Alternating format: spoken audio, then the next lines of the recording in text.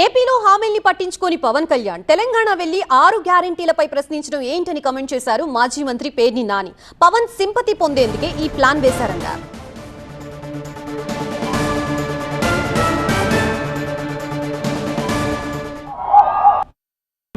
ఆత్మ బలిదానంతో ఏర్పడినటువంటి తెలంగాణలో యువకులు, విద్యార్థులు, నిరుద్యోగుల యొక్క కలలు, ఆశలు నెరవేర్యాలేమో అని ప్రశ్నిస్తాడంట.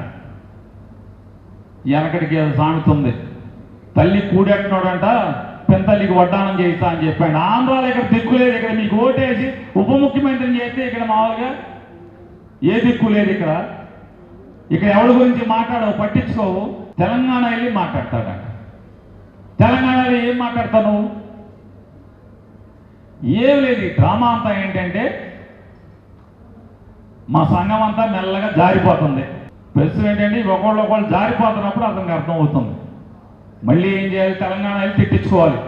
తెలంగాణ వాళ్ళతో బాగా మనం తన్నించుకోవాలి.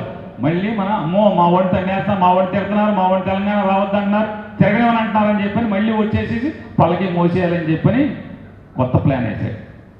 కానీ వాళ్ళందరికీ తెలివితేటలు ఉన్నాయి. అందరూ బాగా చదువుకున్నారు, అందరికీ తెలివితేటలు ఉన్నాయి కదా. ఒకసారి రెచ్చగొడితే రెచ్చిపోతారు, రెండోసారి మూడోసారి అవుతుందా?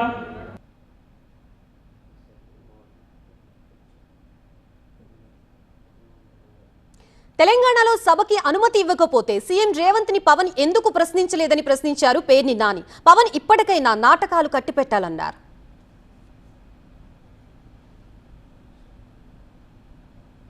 మరి రేవంత్ రెడ్డి మీటింగ్ పర్మిషన్ ఇవ్వలేదు, ఏమన్నా అనాలిగా? ఎవరు అంబేద్కర్ నాకు ఇచ్చాడు అరవాలిగా. రేవంత్ రెడ్డి అంటే నాకు చాలా అభిమానం, కేసీఆర్ అంటే నాకు ఇష్టం.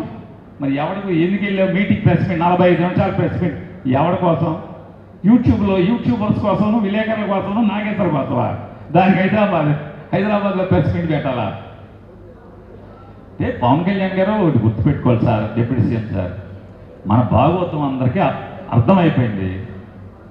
అర్థమైపోయింది. ఇక మోసం చేయటం ఇవన్నీ ఆపేసి నిజాయితీగా తండ్రి కొడుకులిద్దరూ ఈ రాష్ట్రాన్ని దోచేస్తున్నారు, దాంట్లో వాటాలు తీసుకోవటం ఆపి నిలదీయటం మొదలు పెట్టమని చెప్పని అడుగుతున్నాను. నిలదీయటం అడగండి, మొదలు పెట్టండి. ఇన్ని పాపాలు జరుగుతున్నాయి ఇక్కడ.